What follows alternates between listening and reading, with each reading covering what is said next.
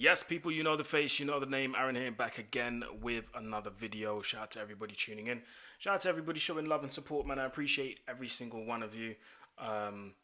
If you want to support this channel, you know what to do. The best way to do it is to like, share, comment, and subscribe if you haven't already. It's road to 14k still, so make sure you subscribe to the channel if you haven't already. The Ruben Amorim, that's starting the video off well. The Ruben Amorim era has officially started. Ipswich won, Manchester United won, and I'm disappointed, man. I'm disappointed. I expected more. Not from the manager, but I expected more from the players, and we'll dive into this. This is going to be a long video. Could be a long video, so strap yourselves in, get a drink, get a snack, and listen to my analysis.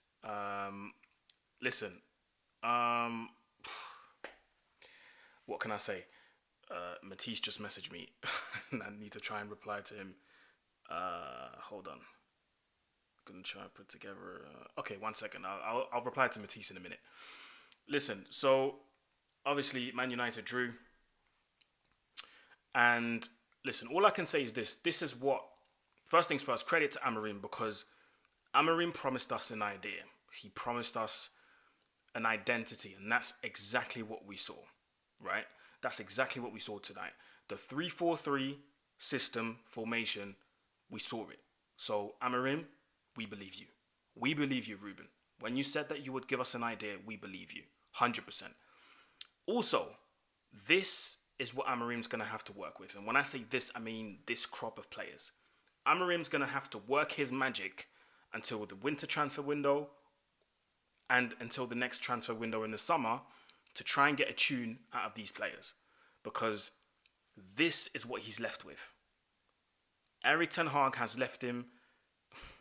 Erik ten Hag has literally thrown 600 million down the drain by buying what is today Man United. And this is what Ruben Amorim's going to have to work with, unfortunately, right? So he's going to have to work his magic. How he's going to do it, I'm honestly going to tell you people, I do not know. I do not know how Amorim's going to do it, but I'm leaving it up to him because I believe in him. Because what I saw tonight, I believe that's going to work. Secondly, what I've seen tonight has shown me that there are players that are going to thrive in this system, and there are players who are going to drown in this system, which means a lot of players, or some players actually, are going to be playing flawlessly every single game. But a lot of players are going to fall short. Firstly, because of the technical security. How many times have I sat here, well, not here, but in my different yards. How many times have I sat here in front of you guys and told you that the technical security, the fundamentals of a lot of players in this team is below average? And we've seen that again today. The system, in my opinion, worked. But it's the players now. And Amorim needs to try and put some change into it, i.e. bringing in his own players, etc., etc. So I'm not surprised when I'm scrolling through Twitter and I'm seeing us linked to Gwenda, who is the winger at, or the wing back at Sporting. I'm not surprised when I see us linked to Alphonso Davies. I'm not surprised when I see us linked to Nuno Mendes until, what was it, this morning? Yesterday morning, we're linked to we're linked to Nuno Mendes now. So I'm not surprised that we're linked to these players, because these are the players that would be thriving in this system. We started off the game pretty well. It couldn't have started any better. We started the game off in perfect fashion. In less than 2 minutes, we scored a goal. Less than 2 minutes. Scored the goal. Got off to a perfect start. Amad Diallo. This guy played wing back today. Yeah, he played wing back and he was our best player. Imagine if he played further up the pitch, which, Ruben, I'm sorry, but you're going to have to bring some change into it. I would change the formation a little bit. Put somebody else on that right wing back role and play Amad in one of the 2 10s, because for me, he is our best attacker by a country mile. He played at right wing back today, and did you see that run that he made? Lovely way to cross into the box. Rashford is there to finish it. Perfect. But after that, we went silent. After that, we allowed Ipswich to come back into the game. We allowed them to grow in confidence. We let them have those 2 chances, and if it wasn't for Onana, God knows what would have happened. If it wasn't for Onana, by the way, those 2 saves, unbelievable. That first one, world-class save. I don't know how he saved that. I don't know how. Because it was coming at full speed. Delap, to be fair, should have scored in my opinion. But I don't know how he saved that. So credit to Onana. And bro, Onana as well, one of the most, if not the most improved player at Man United since he came in last year. Or was it 2 seasons ago or something like that? No. Beginning of last year? Was it the beginning of last year? It was, yeah. Beginning of last year. Yeah. What a difference, bro. But anyway, credit to Onana for that. We let Ipswich do way too much to the point where that goal was coming. You could just feel it in the air. We don't close in on Omari Hutchinson. He looks for his left foot, which you know he's going to do. He puts it top bins. I know the goal takes a slight deflection of... The shot takes a slight deflection of Mazraoui's head. Ends up top bins. Excuse me. And it's a good goal. Let's be honest. It's a fantastic goal. And in my opinion, he was the best player on that team today. By the way, Ipswich, credit to Kieran McKenna. They played football today. They weren't scared. They didn't show us any respect. And rightfully so. Because why would you? With a team that's filled with players that don't have any technical security. And I'm going to do something different here that I don't usually do because it's a new system, it's a new gaffer, so I have to focus on different players. The back 3, I think I have nothing to say about the back 3, apart from the goal that we conceded, which wasn't really any of their fault. Mazraoui is going to... By the way, I'm going to say who's going to thrive in that system or not. Onana, yes, he's going to thrive in that system, no problem. Mazraoui, 1000% yes, he's going to thrive in that system. Bro, this player is a blessing from heaven. I don't know how Bayern Munich let this guy go, and I don't know how this guy wasn't playing more. Because in that back 3, or as a right back, the guy is absolutely fantastic. I'm getting messages there, but I don't know who it is. The guy is absolutely fantastic, bro. In that right centre-back role, thriving in that system. No doubts whatsoever. Comfortable on the ball as ever. De Ligt, same thing. Bailed us out many times. In my opinion, dealt with Liam Delap quite well. I'm naming his dad there. Dealt with Liam Delap quite well. Left centre-back was Evans. I thought he was quite good before. He was quite good until he got subbed off. Luke Shaw in that left centre-back role, I do not have a problem, so I think he can thrive as well. Going into midfield, Eriksen, I thought was the better midfielder in the first half until he got subbed off as well. Casemiro, that's where the problems start.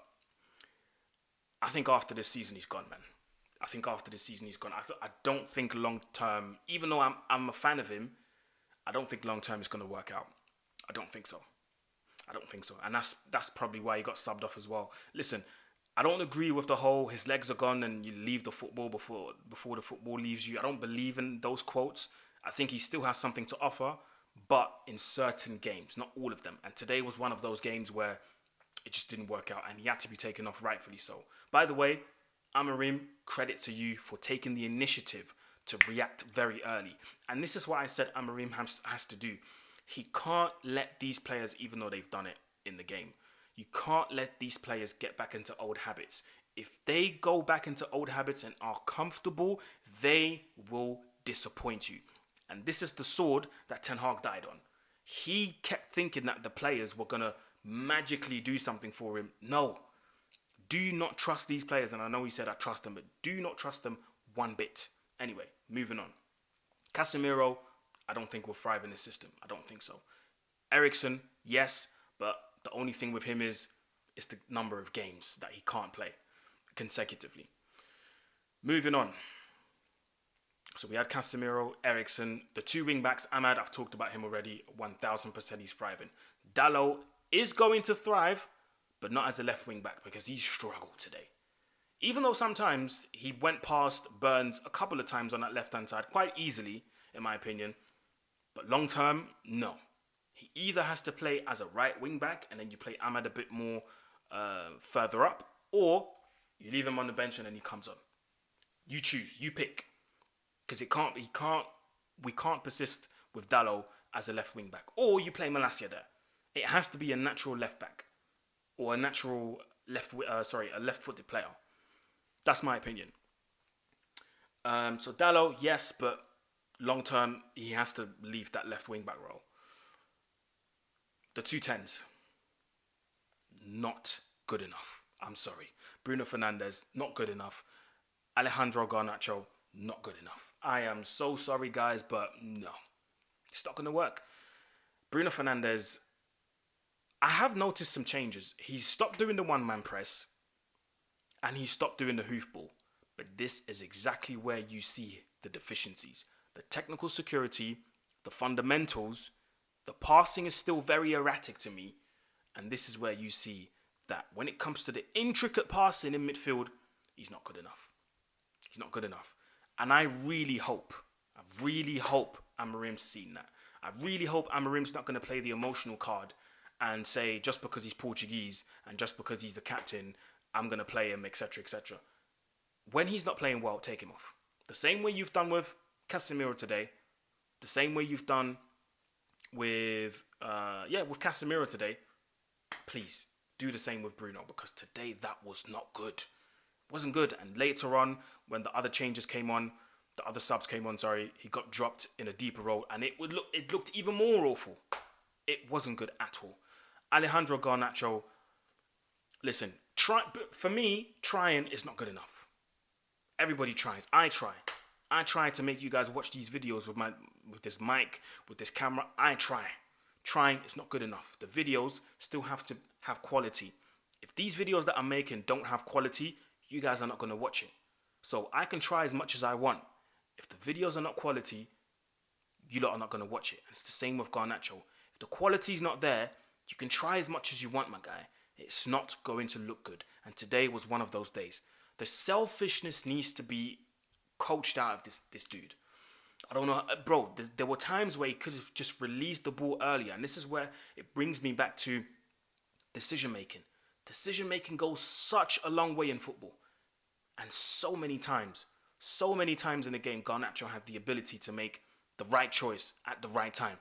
But it took too long and he'd made the wrong decision. And it cost us. There was a counter-attack in the first half where he was bursting through the middle. Rashford was kind of holding back his run. He was ready to make the run. Garnacho should have just played the ball in behind the defence. Rashford would have been quick enough to get to the ball and maybe we would have had a chance or a goal. Who knows? He leaves it too long. He wants to dribble past everybody. We lose the ball. They tackle him. He goes down and they tackle the ball, to be fair. Same thing in the second half. There was a sequence where he could have played the ball. He actually wanted to square it to Rashford. But again, too late. Decision making goes such a long way. Such a long way. And at this point, I know I've said I've not been expecting much from him and I've not been happy with this transfer. But at this point, play Mount. Play Mason Mount, because can he do worse than Garnacho? I don't think so. I don't think he can. So for me, Bruno, not going to thrive in this system. Garnacho, not going to thrive in this system. Marcus Rashford, apart from the goal he scored, we've seen absolutely nothing. We haven't seen anything. And I still stand by my point. The change of environment needs to happen. Because it's a hard watch. That's the point I'm trying to get at. It's a very, very hard watch. Excuse me. It's a very, very hard watch. You get me? So, the subs that came on, Ugarte, I thought he had a very good cameo. You know, intercepted a lot of balls, intercepted a lot of passes, cut off the passing lines, got stuck in. You know, physically he was there, won the ball back when he needed to. So I thought he played well. Shaw had a good cameo in my opinion. Højlund, oh my days. I mean, you guys know my feelings and my thoughts about Højlund. Like, I mean, no disrespect whatsoever, but we're still watching wrestling when he plays, bro.